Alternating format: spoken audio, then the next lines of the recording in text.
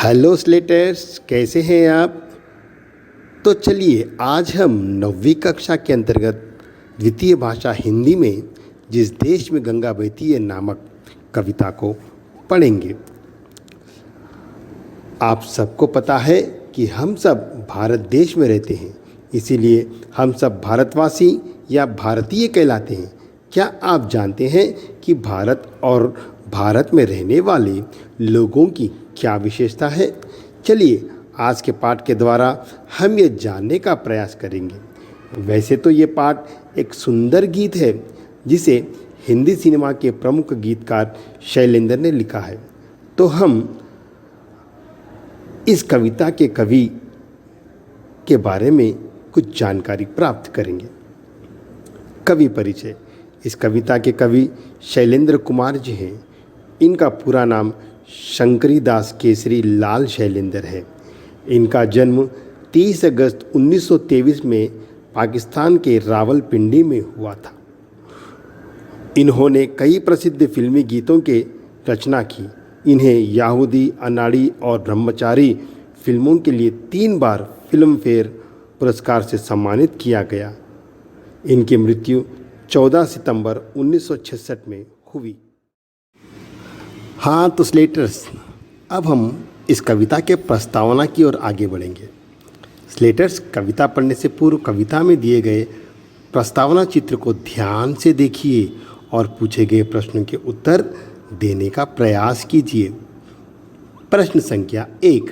बच्चों, इस चित्र को ध्यान से देखकर बताने का प्रयास करो कि इसमें क्या क्या दिखाई दे रहा है। हाँ, सही कहा आपने।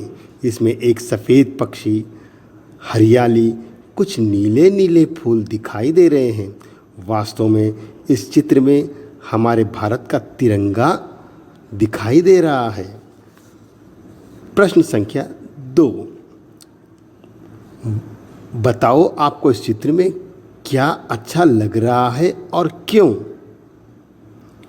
इसका उत्तर सभी अपने अपने विचारों से देने का प्रयास करें। जैसे मेरे अनुसार मुझे इस चित्र में हरियाली अच्छी लगती है, क्योंकि धरती पर अगर इसी तरह हरियाली रहेगी तो हमारा जीवन भी इसी तरह हरा भरा तथा खुशहाल रहेगा। प्रश्न संख्या 3। अच्छा बच्चों, अब बताओ कि इस चित्र से हमें क्या संदेश मिलता है।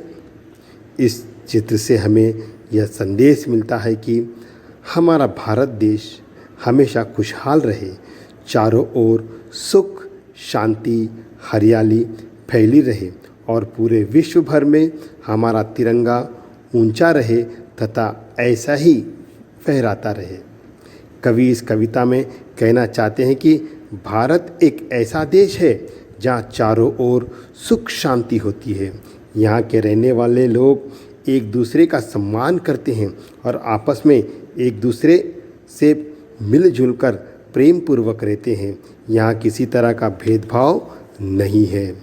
यहाँ सभी धर्म के लोग आपस में भाईचारे से रहते हैं। भारत में अनेकता में एकता के दर्शन होते हैं। भारतीय हमेशा सत्य, अहिंसा, न्याय के रास्ते पर चलकर सफलता को प्राप्त करते हैं। इन्हीं गुणों के कारण ही भारत को सर्वश्रेष्ठ देश माना गया है और भारत की प्राचीन संस्कृति पूरे विश्व भर में प्रसिद्ध है।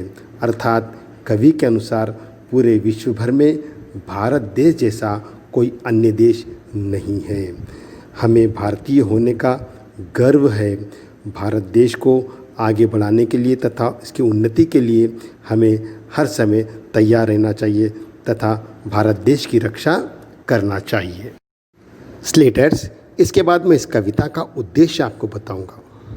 कविता का मुख्य उद्देश्य बच्चों को कविता पठन व पाठन की प्रेरणा देना तथा उनमें कविता के प्रति रुचि उत्पन्न करना।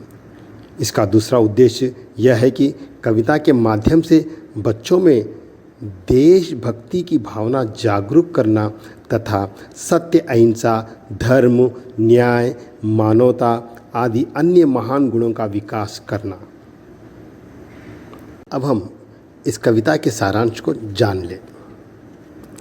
इस कविता के माध्यम से कवि कहना चाहते हैं कि भारतवासी हमेशा सच्चाई के मार्ग पर चलते हैं। उदाहरण के तौर पर राजा हरिश्चंद्र जो हमेशा सच बोलते थे।